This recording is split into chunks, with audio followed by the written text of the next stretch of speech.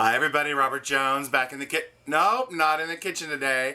Thought I'd teach you guys something new. I don't know if you guys know, but I am a bookseller on Amazon. I sell a lot of books. Here's 3 that are going out today. And I thought I'd make a little video for you guys and show you how I pack them up. If you're an Amazon seller, this is a perfect way to get your books to your customers in a safe and easy manner. And also it's USPS, the United States Postal Service approved.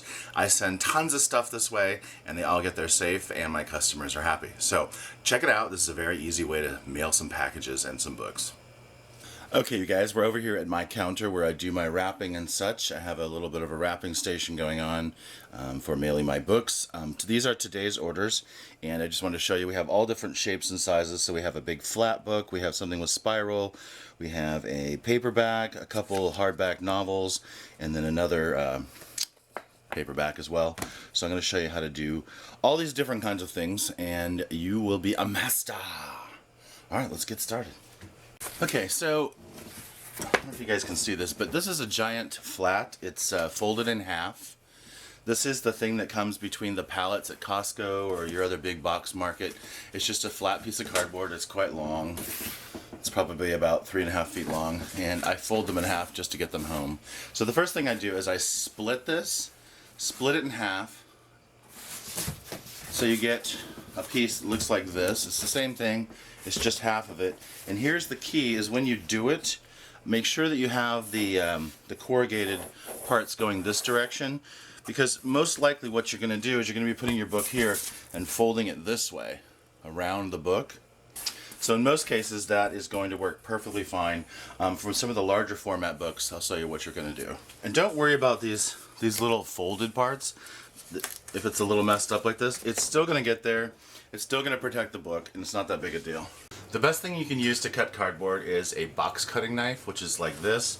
It's just a simple knife. You just push it, it slides forward, and the blade is here at the tip. When you pull it, you can pull it apart. You can get a box of razor blades, which are really cheap. You just slide it into the box cutting knife like this, put it back in the sheath, and it gives you the perfect depth.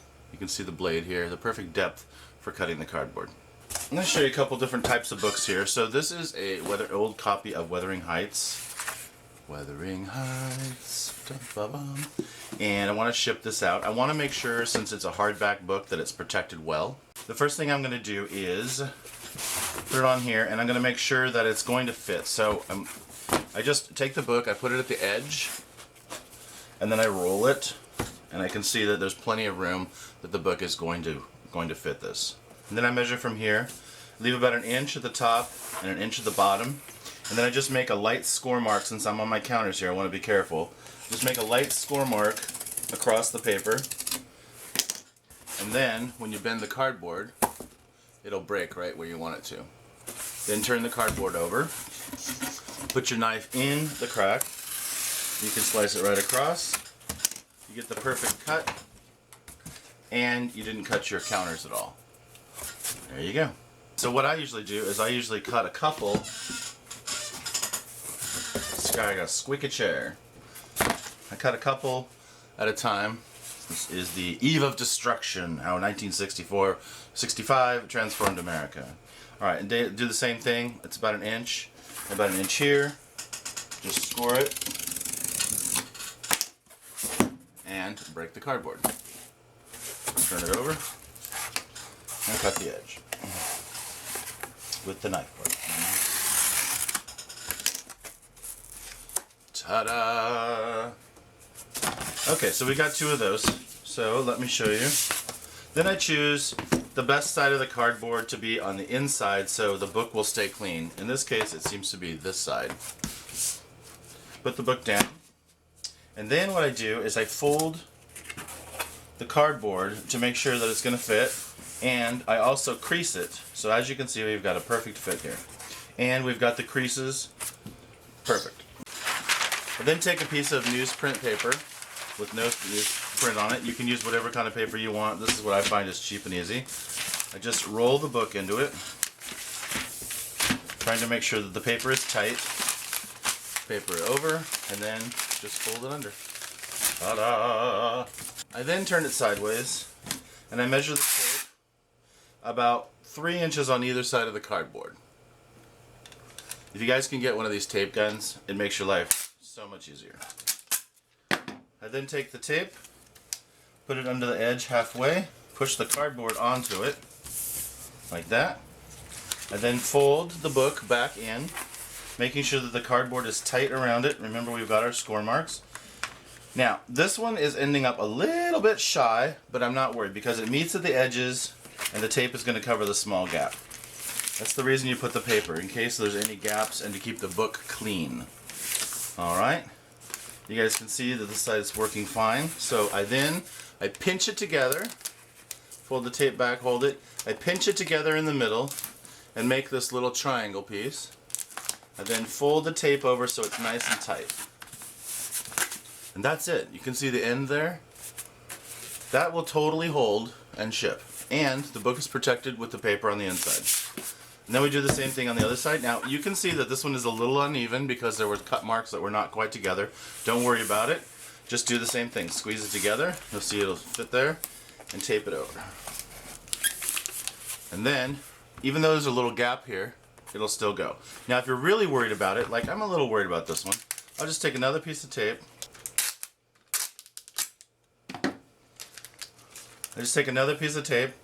Put it halfway over the tape that you have there already, and then tape the same direction, making sure that it's tight as well. There you go. Now if you were concerned about that corner, no more concerns. Okay? Now, also, when I place the label, pretending this book is the label, I leave the clean side open, and on this I will put the label here, and that way it also helps to close off the package. It gives it some extra strength and durability. Okay, one done. Oh, and here's a key note. Make sure you write which one it is. I'm going to write 1965 just because I know what that means. Write what it means to you, and write it where the package is going to be covered by the label. That way, when you have all your other books done, you don't lose track of which ones these are. Alright, let me show you one more.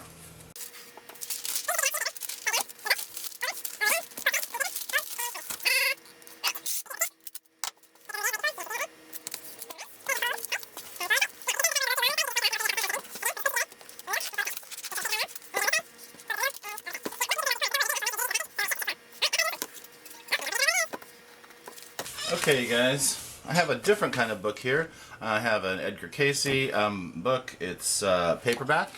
As you can see, it's easily flexible. It doesn't need to be protected quite as much because it is flexible. So what I find works really well is these poly bags. If you guys have ever seen these, just like a plastic poly bag, and then they have a sticky side on them. I also have a ton of paper lunch sacks from a different project. I had to buy some, and I got like 500 of these. So as an easy wrap for small books, I use these.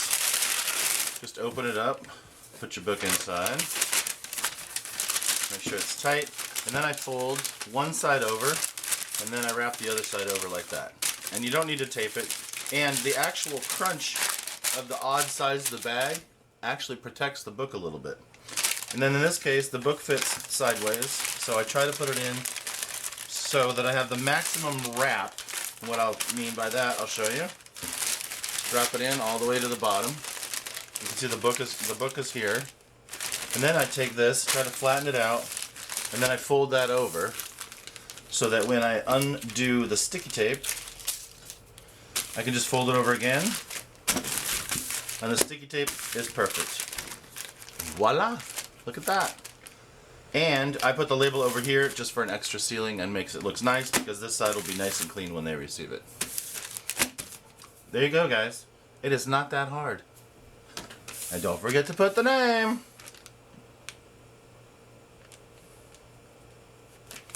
Hey guys, I thought as long as I'm doing this, I should show you one more thing. So I sell all kinds of different things of sizes and shapes, and this is a silicone chicken that sits on your pot to hold your wooden spoon. And I don't necessarily have any boxes that fit this size, and I don't want to spend the money that USPS wants for a 2-day shipping. It's very expensive. So what I do is I just make my own boxes this way. So just take a piece of cardboard. As you can see, it's larger than this by about double. I then will fold it in half, and then I make another extra crease so that it has a triangle. Can you guys see that? That way when you put your item inside and you fold it, you can seal it all the way around. The product doesn't show, and it will ship nicely.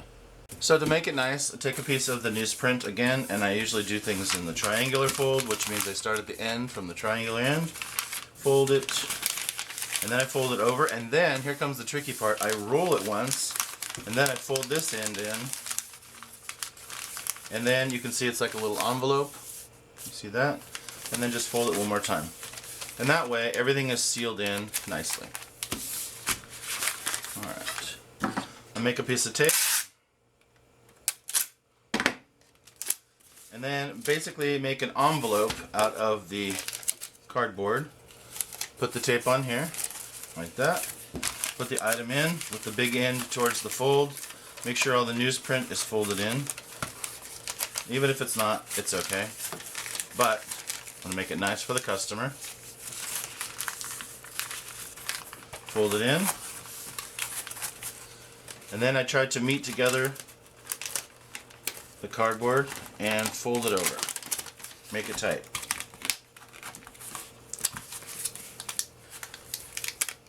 Okay, it's sealed up. Now, here's my trick. I take this, undo it a little tiny bit at the sides, and then I fold this flat, squeeze the cardboard together, fold this flat down, and then I fold this over. And that way, it has a nice little corner. You guys see that? Alright, one more time. So here's the cardboard. Squeeze it together, fold, and squeeze down, and the tape will make a nice corner. Now, since this is a small item, I'm also going to seal up the other edges.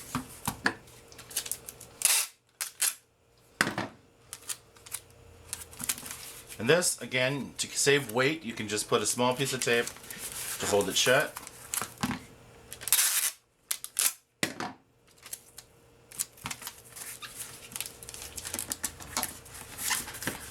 And voila! Your package is safe. It can be dropped. It'll stay safe in the weather, and it's USPS approved. Alright, you guys, let's get to labeling. The next step in our process is to weigh the packages. So I use just a standard kitchen scale for most of my stuff. Is not that heavy. Make sure you zero it out so it's working good. I have it on ounces, and I just put the package on here. And this is 8 1/4. Now here's my system. Everything is done by the ounce. So if it's below a 1/2 ounce, I round it down. If it's a 1/2 ounce or more, I round it up. So in this case, I'm just going to say it's 8 ounces. And the way that I make a marking on my packages is I just say 0 because it's 0 pounds, and then 8 for ounces. Because when you're on Amazon, that's all it wants to know is pounds and ounces. And so I just do that. It's easy for me to remember. And again, I've got the name of the book on here. So just go through and we'll just weigh all these real quick. And that's 1 pound and 1/4 ounce. So I'll just put 1,0. That's my method. And just another one, as long as we're doing it here. And that's 1/8. Okay, I'll go through the rest of my packages over here, and then we'll do some labeling. I have the label for this package here. I just like to show you that I just say a little thank you on here to my customers. And I have this covered just to protect the identity of the customer. And then I take the label off. The sheet like this. This is tricky when you're trying to protect the address. And then I just post it on here like this. Nice and neat. And there you go. Label ready to go. Got a little thank you there, and it's all ready to go. I just pop this in the mail, and it actually gives an extra seal of closing protection on the envelope. Alright, let me show you another one. And again, just trying to protect the identity of the person. Okay, this one happens to be the little rooster, and it is going to Colorado, and we'll say a thank you on here. Happy face. Now this one's a little difficult because it is a small package, but what I do is I just kind of wrap it around the package.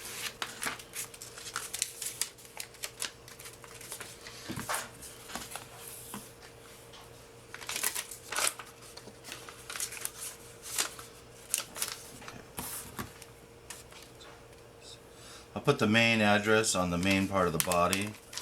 This is difficult holding the card on there, but we got it. Like so. And then I just kind of wrap it around the package. And sometimes it's a little messy, but you can see it does fit. And just try to get as many of your corners down as possible.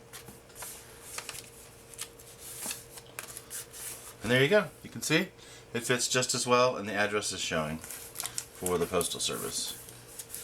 And you guys can see, so we've got all our weights and names and everything on there. It doesn't matter because we're going to put this right over the top. And make sure you get a good seal on the tape line. And look at that. Any faults that you may have had on the packaging looked good for the customer, and it's nice and tight. I always just try to make sure it's sealed down and it doesn't come off, because I know in Santa Barbara we don't have any weather, but I know in other places, and this one I think is going to Illinois. Yeah, it's going to Illinois, and so I know the possibility of snow and rain to hit it is possible. So there you go. Let's go pop these in the mail, and that's how you mail some packages for Amazon. Alright you guys, hope you enjoyed this.